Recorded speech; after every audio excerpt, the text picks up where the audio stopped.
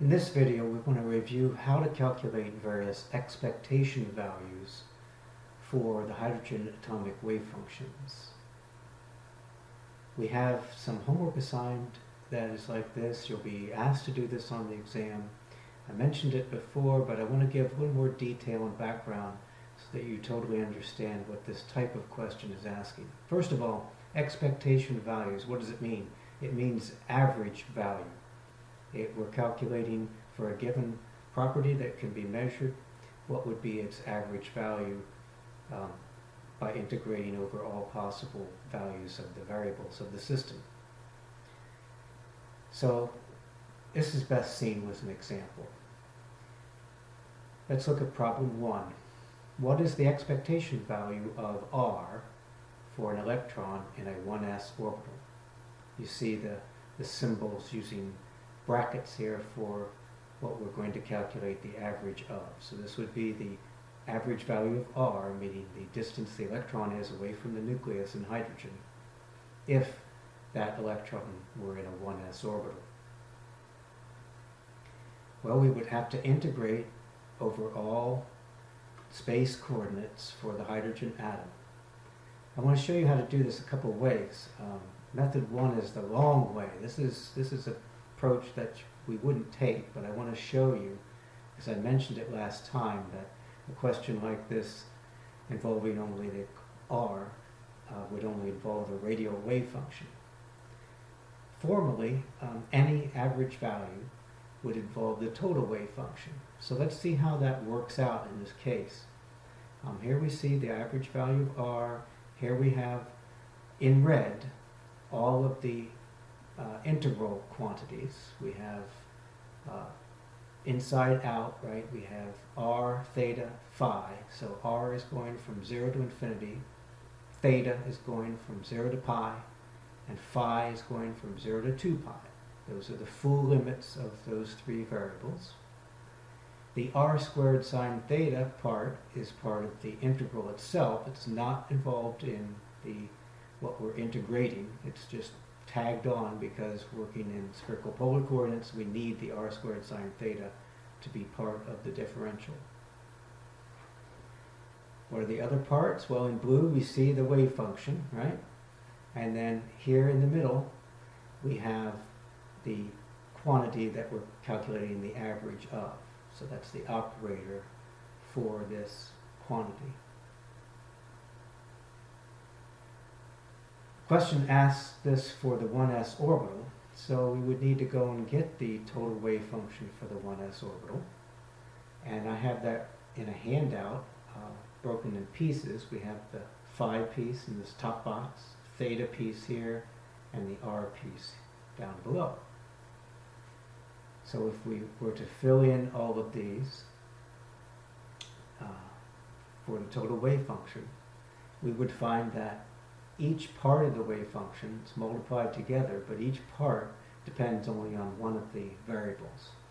So we're able to then separate this triple integral into three integrals that are multiplied by each other. First one only depends on phi, second one only depends on theta, and the third one only depends on r. Notice we have to pull the sine theta d theta as part of the middle integral, and we have to pull the r squared as part of the third integral. When we do that, we get r to the third power, right? So there's one power of r coming from the operator and two powers of r coming from the differential. That's why we get r cubed here in this third integral. Now we're ready to fill in the actual wave functions. So I have to go look up what is the m equals 0 wave function for the hydrogen atom for the phi part. If I look over here, look that up, if m is 0, then this exponential part drops out, and the wave function is simply 1 over 2 pi. So you see I've filled in that 1 over 2 pi, or 1 over radical 2 pi, sorry. I filled in that 1 over radical 2 pi. It would be both the wave function and its complex conjugate. There's no imaginary component here, so it's just 1 over radical 2 pi times 1 over radical 2 pi. We filled this part in. Let's go get the theta part now. This is a 1s orbital, so I need a L equals 0, M equals 0. That's the only function to consider here. If we look that up, it's just a constant, radical 2 over 2. So I plug that in. Notice I can write this as a simple square because for this part of the wave function, the theta part, there's never going to be an imaginary component. So I filled that in.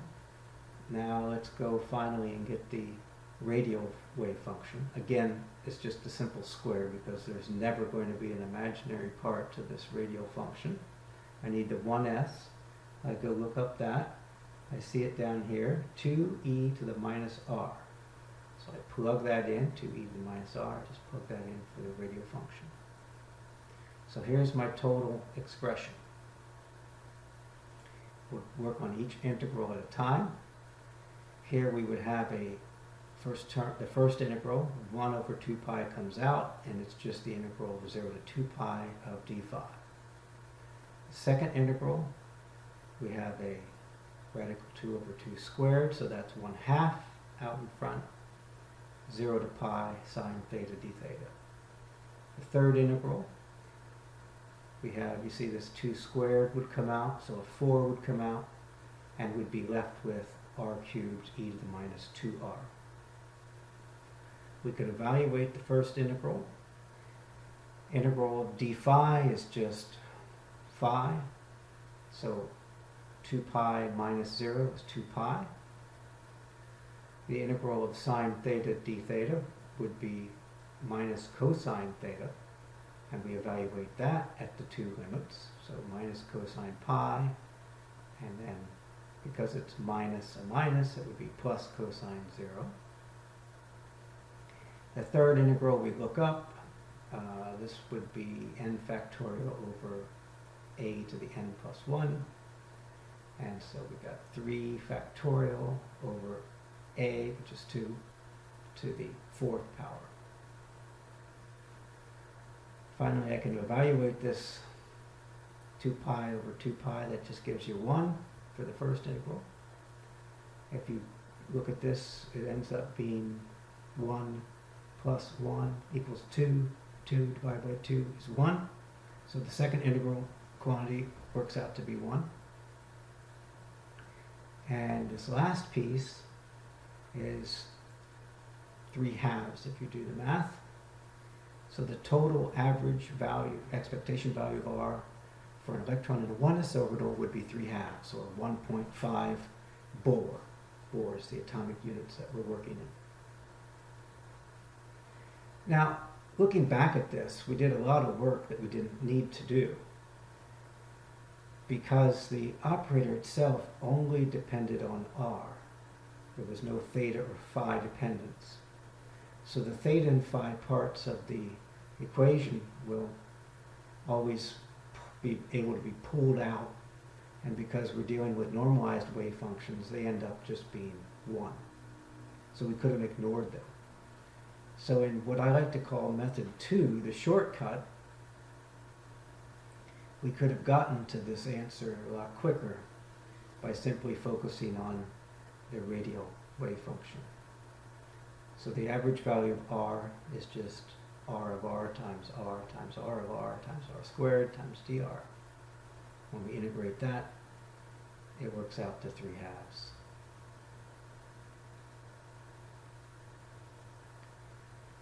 Let's take a look at another problem demonstrating a different point. Here in this one, we're asked to write an expression for the expectation value of R plus sine theta. That's the operator. R plus sine theta. It's a linear operator that depends on both R and theta. And we're going to write this expression for any hydrogen wave function. So we're not actually going to solve this, but I just want you to be able to write the expression. Well, here we see how to do that. R plus sine theta, that's the operator.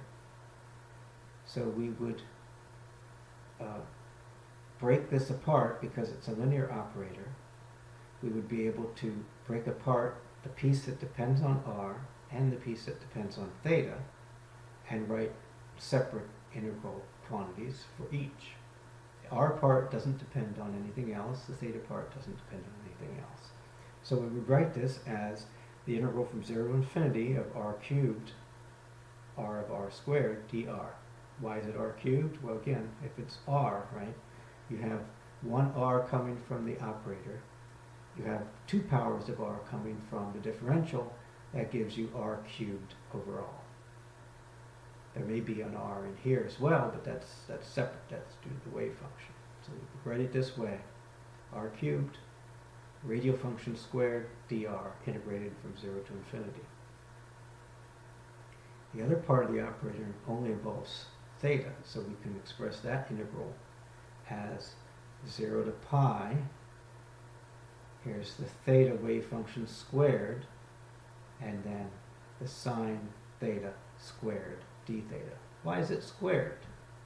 Well, you have one sine theta coming from the operator, and the other sine theta coming from the differential. So overall, this would be written in this way. You square the theta wave function, and you square the sine theta, and that whole quantity would be integrated from 0 to pi over theta. Just wanted to show you that. I'm not going to actually calculate that. I just wanted to show you how to set that up so you understand that for operators that only involve one variable, you only need to integrate over that variable. The other parts of the wave function would come out and be equal to 1.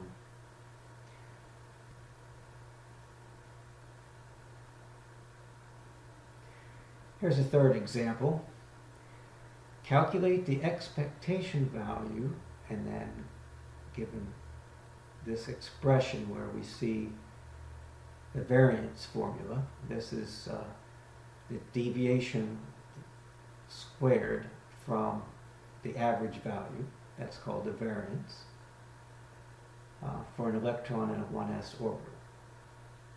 To calculate the variance, we discussed this earlier in the semester, but the variance can be calculated by taking the average value of r squared and subtracting off the square of the average value of r. This is the way any standard deviation is computed. This is how you get the variance. The standard deviation would be the square root of this. So filling in what we need for this problem then, here we have the first integral, which is the average value of r squared. So we see r squared being used as the operator. The other pieces are just the same things that get tagged along. And here's the other integral, where the operator is just r. And that whole integral quantity then will be squared. So we need this is a 1s orbital, so again, the wave function from our handout, 2e to the minus r. So when we plug in 2e to the minus r for capital R of r, we're going to get 4, 0 to infinity, r to the 4th, e to the minus 2r dr for the first integral. Right? The 4 comes from squaring the coefficient. The e to the minus 2r comes from squaring the exponential part.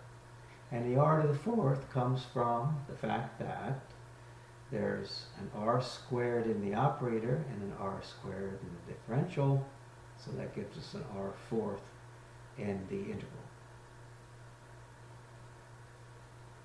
This other integral quantity is the same as what we did just a moment ago when we did the average value of r. So that should look familiar. We're just squaring it this time. Here's what these quantities work out to be. And the final answer will be 3/4 in Bohr squared. This is distance squared is the quantity that we're looking at, so the units here would be Bohr squared, or A0 squared. 3/4 A0 squared is the answer.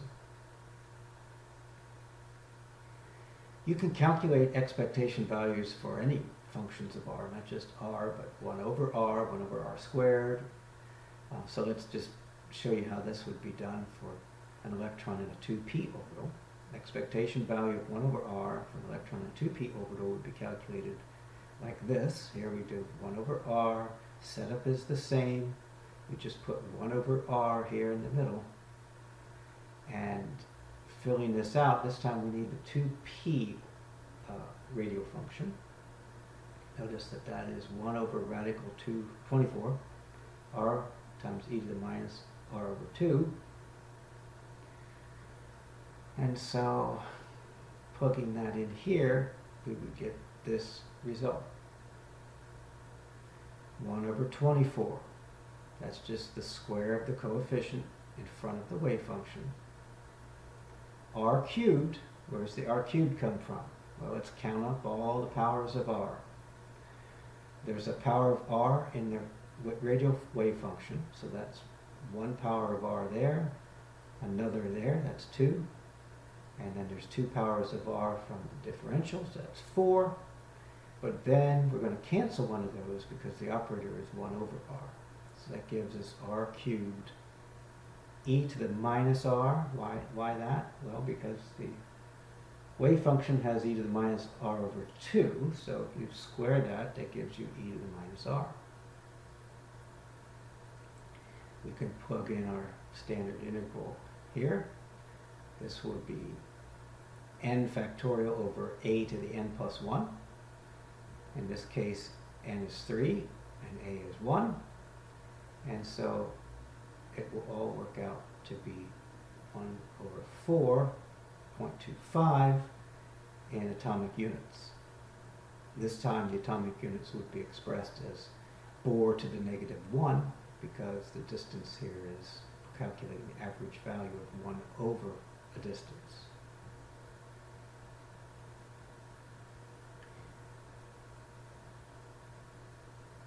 The last example I'm not going to work out.